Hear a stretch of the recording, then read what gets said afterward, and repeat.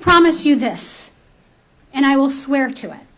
Parents across this country are not going to sit idly by while our children's future are put at risk. This is going to make schools less safe in uncertain terms.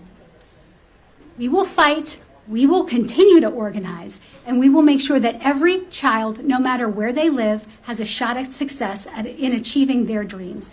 Because when our great-grandchildren ask us what we did when we were at our darkest, they're going to hear a story about how we came together with our friends and we stood to fight together.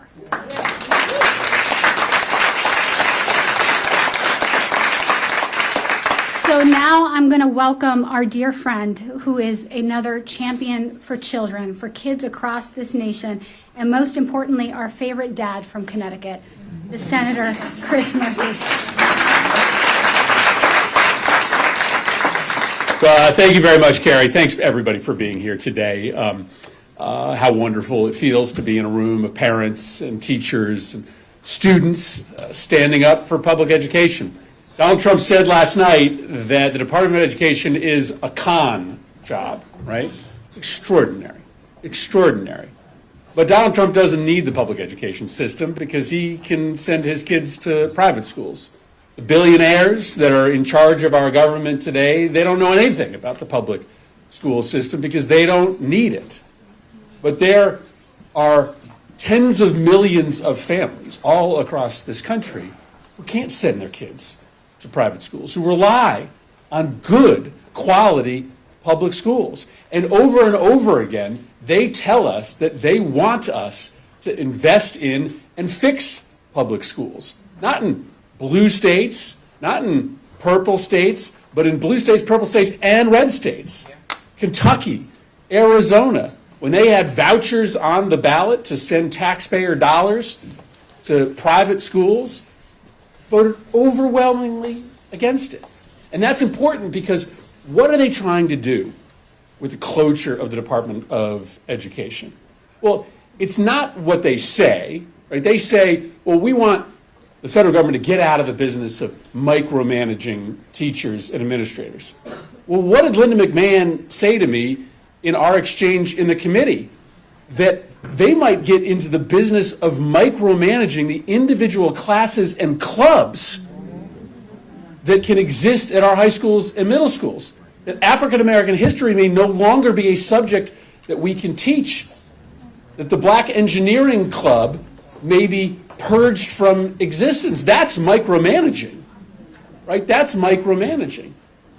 But the other agenda here, the real agenda, is to just ship our public schools off to the highest bidder. Right? The private equity industry is furious that it hasn't gotten its mitts into elementary schools, right? Like they have into every other sector of our economy. They are raising money as we speak, getting ready for the big privatization of our elementary schools and our middle schools and our high schools. And so the agenda is not to empower teachers and administrators because, in fact, they are planning to micromanage our teachers and administrators. You heard Linda McMahon say that today. The real agenda is to ship our schools off to Wall Street and whoever is willing to pay the highest price. Investors that will not care about our kids writ large, will definitely not care about the most vulnerable kids who need a little bit extra in order to make sure that they have a shot. All they will care about is profit. All they will care about is seeing our kids as pawns in order to make more money for themselves. So I'm really thrilled to be here with all of you today. I'm voting hell no on Linda McMahon to be Secretary of Education. And I'm going to do everything I can as this nomination moves through the committee and speeds to the Senate floor to expose what the real agenda is here.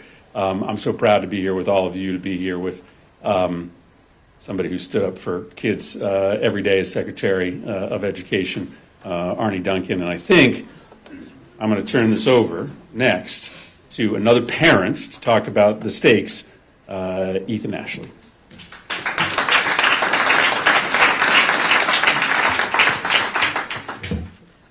Thank you, Senator. Appreciate that. Thank you, Carrie. I just want to say good afternoon. My name is Ethan Ashley. I have the honor of serving as the CEO of an organization called School Board Partners. We are dedicated to training and supporting elected school board members throughout this nation. We're in over 190 districts, impacting about 8 million students. And while our mission is national, I just want to tell you, my roots are in Louisiana. And so, y'all know Louisiana is a state that depends critically on federal K-12 funding. And I know firsthand about that. I'm a retired school board member. I served 8 years during the pandemic. And I'm also a public school dad. So let me talk a little bit more about what's at stake here from the school board point of view.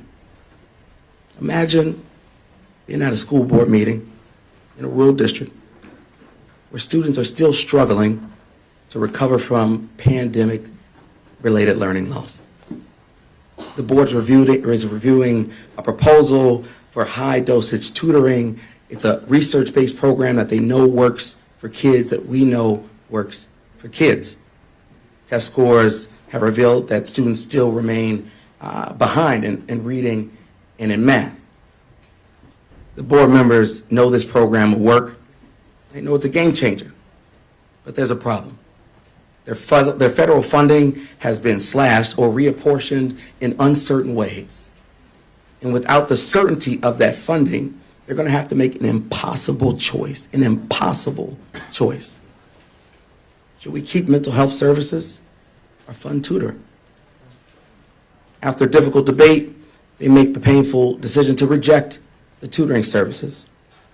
Not because they didn't believe it was important, but because they didn't have the money to do the thing that we all know needed to be done.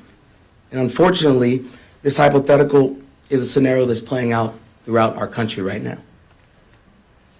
And dismantling the Department of Education would make it almost impossible for schools to address the ongoing academic challenges post the pandemic. And so let me be clear. The efforts to dismantle the Department of Education is not about cutting bureaucracy, not from my vantage point, having served on the school board. It is about cutting opportunities for children and working class families. And what message does it send to our students? It tells them that their education is not a national priority. That instead of investing in their success, we're willing to strip away the very resources designed to ensure that they have a fair shot. It's just not acceptable. It's not acceptable. We've seen the NAEP scores. Y'all know it. Student achievements decline. This is not a time to really do less. It's a time that we need to do more. And that's why we're calling on Congress, our senators, and the administration really to reject any efforts to weaken or eliminate the Department of Education, because we need them to be champions in this moment. We need to really invest in schools, invest in our educators, invest in our students. It's important because our future, our children's future, should never be negotiable.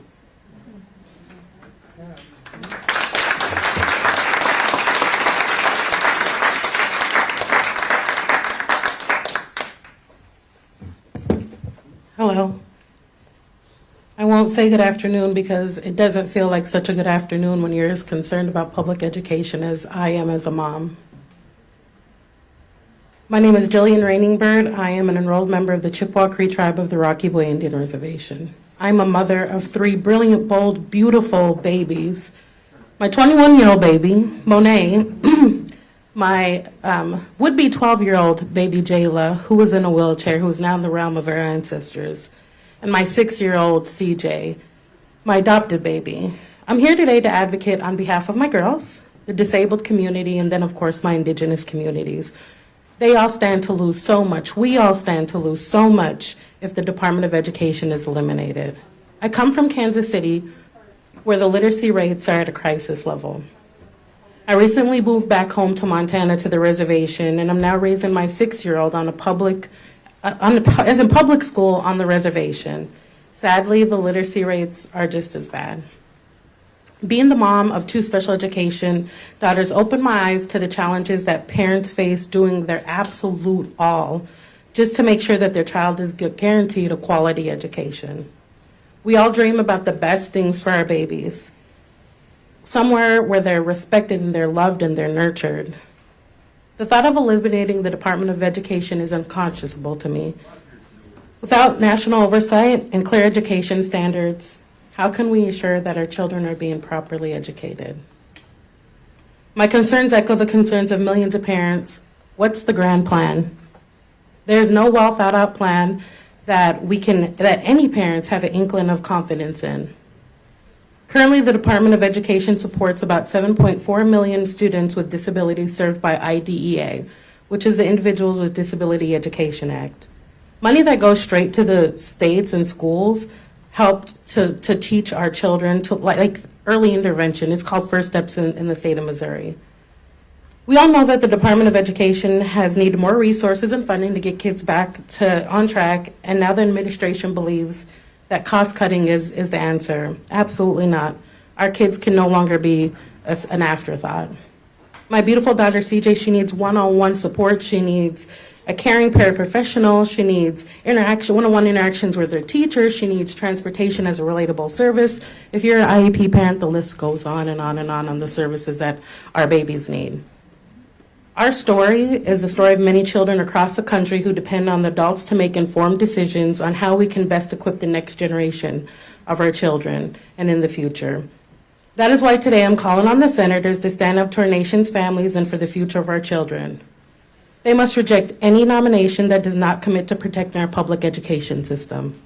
Reject any effort to dismantle the Department of Education, which will just create instability in our schools.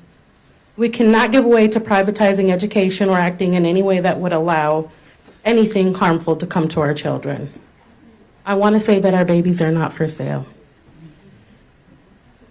Their future is not for sale. I need the senators to put on their IEP mom shirt, take their power back, and I need them to protect our children.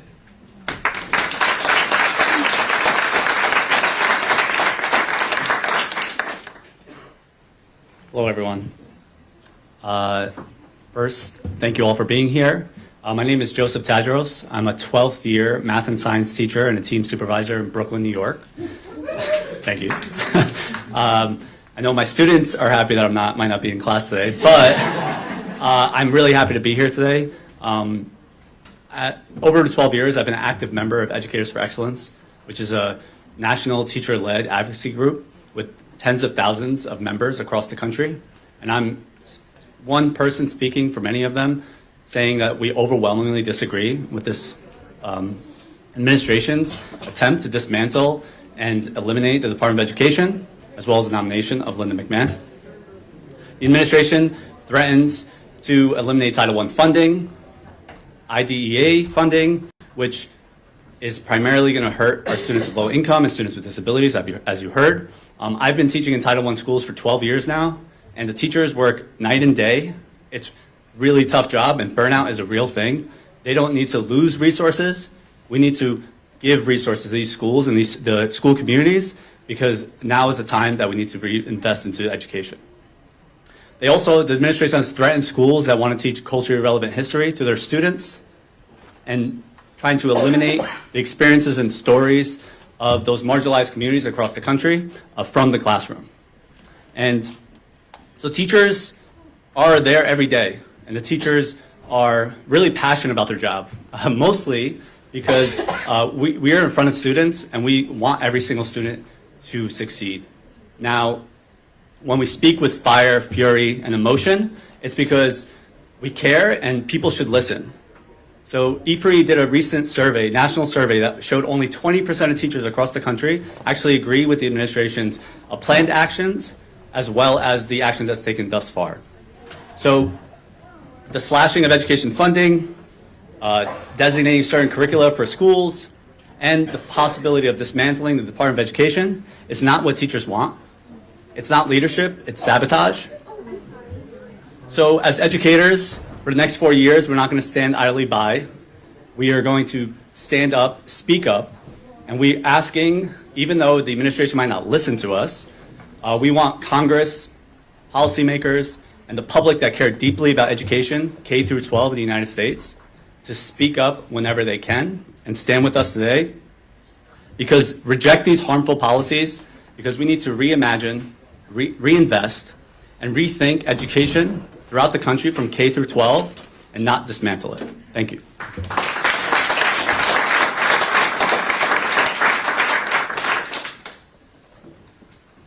Hi everyone, my name is Dr. Jennifer Lopez and I'm a high school social studies teacher in Los Angeles, California. I've taught for over 13 years at both the elementary, middle, and now the high school level. And I'm also a longtime member and advocate with Educators for Excellence. My colleague Joe just outlined the alarming ways that this administration's policies are not only unpopular but harmful for our students. But today, I also want to talk about what teachers actually want, the policies and the support that ensure that every child gets the education they deserve. So what do we want? First, I know, right? We want fully funded public schools. As educators, we support Title I funding and IDEA funding to ensure low-income students and students with disabilities get the supports they deserve. As teaching at a full inclusion school, we get paraprofessionals and co-teachers that really support us in the classroom. And my fear is that if this funding is cut, we won't have them there to support my most vulnerable students, and we need them. I can only imagine the more demands that will be placed on us and my other teacher colleagues. Second, we also want a safe and inclusive classrooms for all students. Schools must be safe spaces for learning, not battlegrounds for political agendas. We need strong policies that make sure our students stay safe. Furthermore, we want a curriculum that reflects the truth in our diverse society. As an ethnic studies teacher, it's so empowering to teach students about their Mexican-American history. I teach in Boyle Heights, and just to see them and say, Miss, I see myself in what we're reading right now about the walkouts. It's just amazing. It's so empowering, right? And so history is not an opinion. It's record on facts, right? And our students deserve to know the truth. In addition, we want evidence-based practices in research. High-quality instructional materials have been shown to be the most cost-effective ways to bolster student success. Yet most students aren't getting them. So let's use the research, let's use it and the data to help us support our most vulnerable populations. Furthermore, we want real solutions to student debt. Many of my colleagues, teacher colleagues, friends, really depend on the Public Service Loan Forgiveness Program to not worry and have another cost.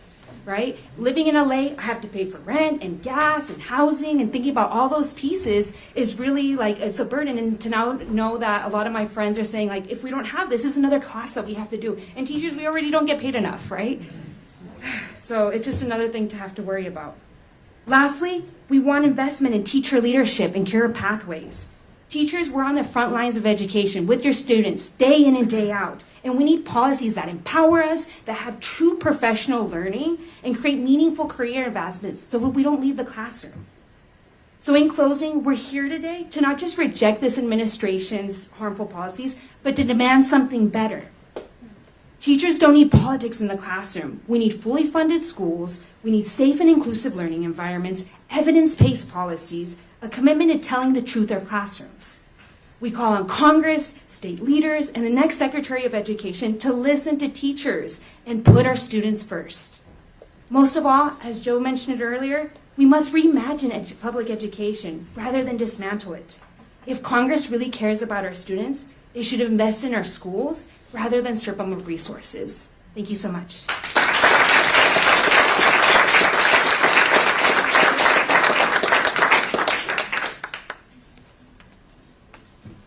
Good afternoon, y'all. My name is Felix Rice, and I'm a junior at Georgetown University. I was born in Arlington, Texas, and I grew up around Dallas, and most importantly, I'm a very proud product of public schools. And I want to tell y'all, federal education programs are the backbone of this country. They make it possible for millions of students to reach their potential, and I know that because one of those students is me. I graduated from a public early college high school at a state university in Texas. And this opportunity, which changed my life, was made possible thanks to full state and federal financial aid, including multiple federal Pell Grants. And these programs didn't just help me pay for college, they also made it possible to apply in the first place. Receiving my first Pell Grant in high school qualified me for fee waivers to take the SAT, and more importantly, for college applications, which saved me thousands of dollars. If I hadn't gotten that, I would have had to take out a loan just to apply to college. But instead, I was free to apply to every school that I dreamed, including Georgetown, where I very proudly attend today.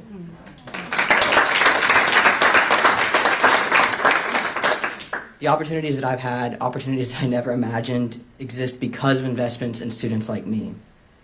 But Trump and Linda McMahon, they don't care about us. They don't care about the student that's working multiple jobs to pay their tuition. They don't care about the student that's going to be the first in their family to graduate college. They don't care about the student who had to fight centuries-long systems of inequality just to get an equal public education in the first place. They're not looking out for us. They're looking out for billionaires. Trump doesn't want to eliminate the Department of Education to get rid of bureaucracy. He wants to line his pockets and the pockets of his buddies. He wants to pull resources from students, teachers, and public schools to serve the corporate elite. Do you really think Donald Trump knows what it's like to wonder if you can afford to fund your dreams? We don't need someone who paid someone else to take their SAT to make it more difficult for working class kids to go to college.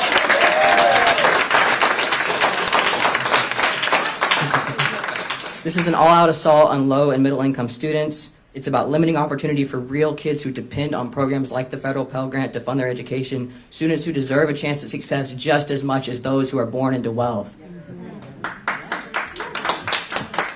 It is a choice designed to make it harder for people to afford college, a choice to gut programs that help young people succeed, a choice to dismantle the very foundation of opportunity in America. Teachers will lose their jobs. Schools will struggle with fewer resources, and students, especially those from working class backgrounds, will face even greater barriers to chasing their American dreams. We cannot let Trump and his administration sell out students to benefit the corporate elite. The future of this country is not for sale. We have to fight to protect Pell Grants, to protect public education, and protect opportunity for all of us. Thank you.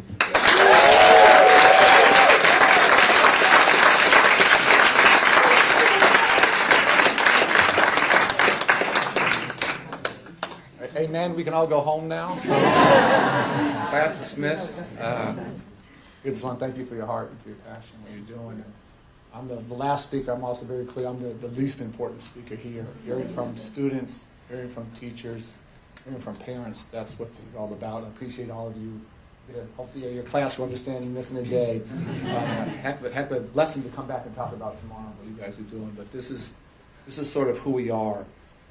And I want to say a couple things and sort of open up to your questions. First, Senator Murphy had to leave. I can't overstate how important he is to our country right now. As we search for a center of gravity, my personal opinion is he's at the center of that. He understands what's at stake.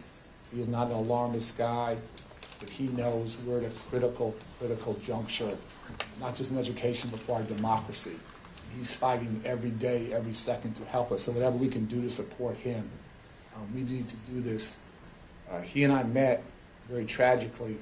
He was a young senator then, right after the Sandy Hook massacre in Newtown, Connecticut. And that was my worst day here in DC. That was President Obama's worst day. He and I met, sitting on a bus, talking to teachers after that aftermath. Never imagined 20 babies, 5 teachers and a principal being killed. And he was right there on the front lines, not ducking the smoke. He's doing the same thing today. So I know his heart, I know his character. Those experiences will stay with us the rest of our lives. And the fight to protect kids, the fight to protect our country, these things are not disconnected. So I just want to thank him. I want to start with a quick little history lesson. I think history matters. I think truth matters. A little quick history, I promise it won't be long, of Republican leadership on education. At the presidential level. Go back to our nation's first Republican president, President Abraham Lincoln. He created land-grant colleges, transformational, during the Civil War. Fast forward to the last 70 years, every single Republican president has understood that education was in our nation's interest. It was a national interest. Eisenhower created the first federal role, the Department of Health, Education, and Welfare, and pushed for greater STEM education following Sputnik. Pell Grants. Talked about Pell Grants. Most important thing that's ever happened. Guess who signed that law? Nixon. President Nixon signed Pell Grants into law. President Ford signed the law creating IDEA. Heard from a couple parents on the critical importance of providing all of our children, particularly those with disabilities, a chance to have a free and fair public education. That was President Ford. Reagan released the report, A Nation at Risk. First President Bush convened all the governors in Charlottesville and pushed many states to raise standards because so many states had abominably low standards. Second President Bush passed No Child Left Behind, the most far-reaching education accountability law in history, with bipartisan support. So I just say all this because I think context is important, because what's going on today is different than anything that has ever happened before.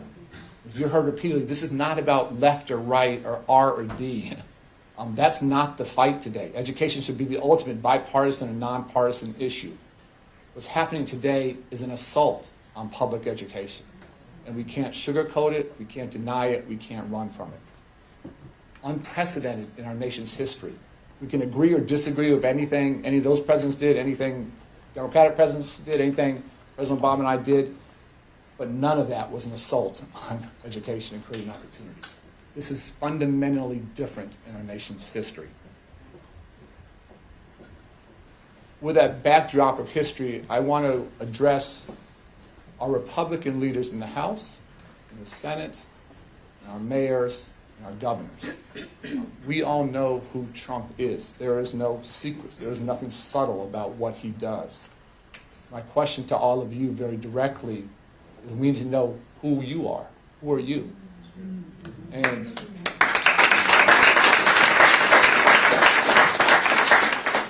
we all took an oath to serve the public. I took that oath. I took that for life. All of you took that oath as well. And the question is your vulnerable populations, your low-income students, your first-gen college goers, your Pell Grant recipients, your children with special needs, when their lives start to be impacted, when opportunities are taken away, are you going to side with President Trump? Or are you going to side with your constituents who you swore that you'd be there to support? And we're at a crux in our nation's history. We're at a crossroads. And the fate of our democracy, the fate of public education is going to be determined in real time. I so appreciate everyone taking the time to be here because it's that important. And so I beg, I implore, I plead with Republican leaders in the House, in the Senate, and mayors and governors to remember the oath you took to help the public and serve the public, and figure out, are you here on this planet Earth to serve Trump, his interests, or to serve the people who gave you an opportunity, gave you the privilege of serving? And I hope that you will think through why you came into this part. And if we just had a few of them step up, that would change everything. We just need a couple profiles of courage. We don't need many. We just need a few. And the absence of that is stunning to me. But it is not too late, and there's an opportunity for them to step up. A third, I just want to talk briefly to the public servants across the entire government, but me particularly, the Department of Education. It breaks my heart what they are going through now. When I first came here to DC in 2009, for months I'd go in every Saturday and sit down with career public servants and just pick their brains about what works and what doesn't.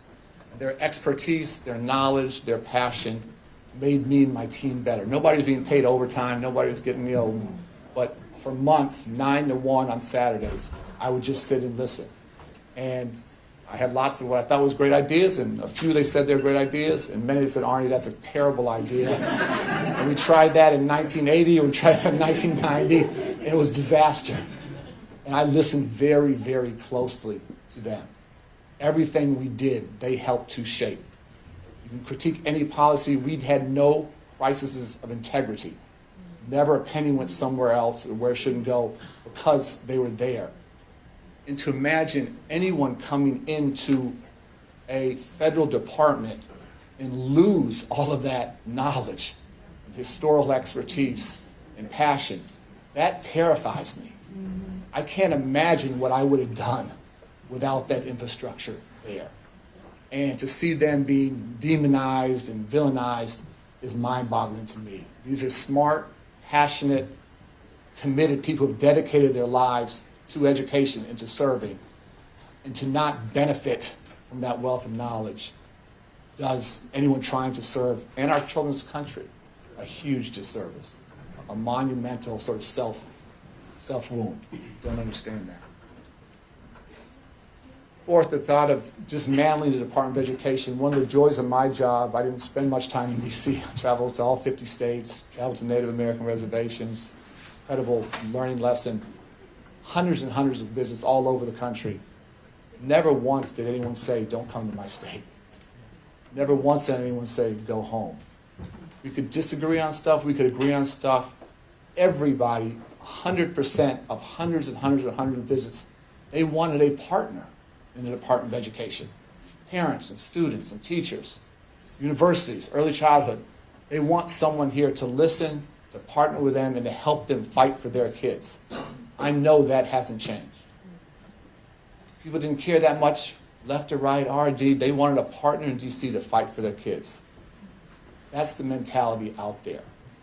This idea of returning things to the states, again, just a quick history lesson.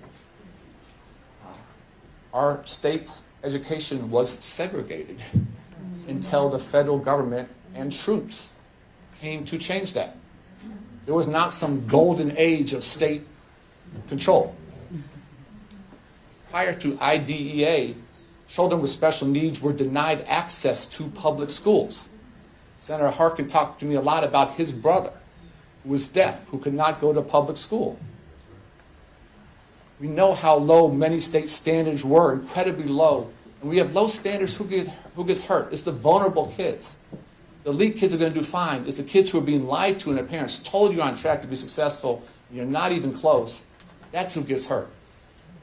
So having a federal role to force states to integrate, to force states to educate all kids, to challenge states to raise standards, not lie to them, critical federal role. And to act like we can just walk away from that and things are going to be okay, that's not what history tells us. That's not what's happened. Final two things. I heard there's some chaos at Linda McMahon's confirmation or nomination hearing. I can assume everyone else that Trump is nominating is going to go through. So I assume, just being honest with you, that will probably happen. And what I would just say to her is that, I mean this from the bottom of my heart, I want her to be successful. I have no desire in her failing, because if she fails, our kids get hurt. And that I hope, like I challenge Republican congressmen and senators, I hope she looks in her heart and sees an opportunity to do the right thing by Felix and the tens of millions of students like Felix who just want a chance. And if she is prepared to do that, and again, I mean this so sincerely, I would do anything I can to help her, because I want her to win. I want her to be successful. But if she comes and has no control or just kowtows to what she's being told by Trump and Musk, then that's not just educationally a disaster, it is morally bankrupt. She has to look in her heart and her soul and decide which way to go. But if she chooses to support and help public education, I will do anything I can to help her be successful.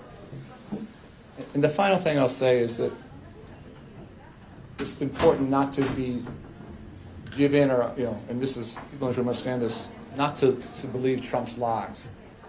If you're trying to shrink the federal government, the U.S. Department of Education is actually the smallest agency there. That's not the place you would start. If you're trying to shrink the federal footprint, you wouldn't be dictating what clubs or what curriculum you could have. It's not honest. If Musk is actually trying to reduce federal spend, he would not take $400 million for Tesla to get a contract, as you saw yesterday. So this is a grift. It is a scam. It is a fraud. And it is an all-out assault on public education. And collectively, we're in the fight of our lives. And I'm not a scared guy. I deal with gun violence every day in Chicago. I have for the past 8 years. I'm scared for our country. I'm scared for our children. I'm scared for our democracy. And we have to find ways to come together, have a little courage, push back, fight back, to give our country a chance for the next 5 decades. I thank all of you for your support. I want to thank all of our speakers for their heart and for their passion. And together, despite the real fear I feel, I'm not going to sugarcoat that, I deep down have a lot of hope. We have so many great people here in this room and across the country who want something better for our country. And collectively, we got to win. Thank you so much.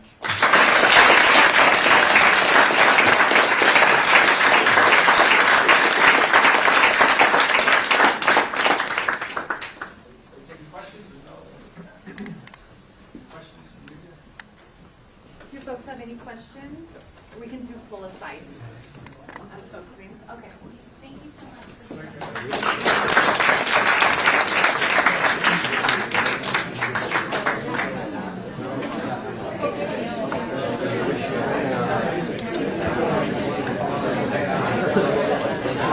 keep getting alerts from Delta. I don't have alerts. Which is why I'm getting alerts from Delta. It's alarming. But I get alerts for everybody. No. I don't get alerts. Yeah, it is fun. Yeah. I'll be like,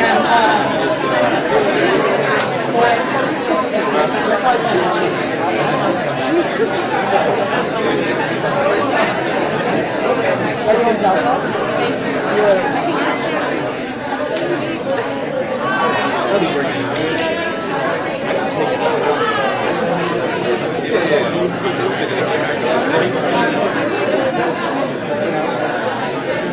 I'm gonna see if any of my people are getting pulled aside.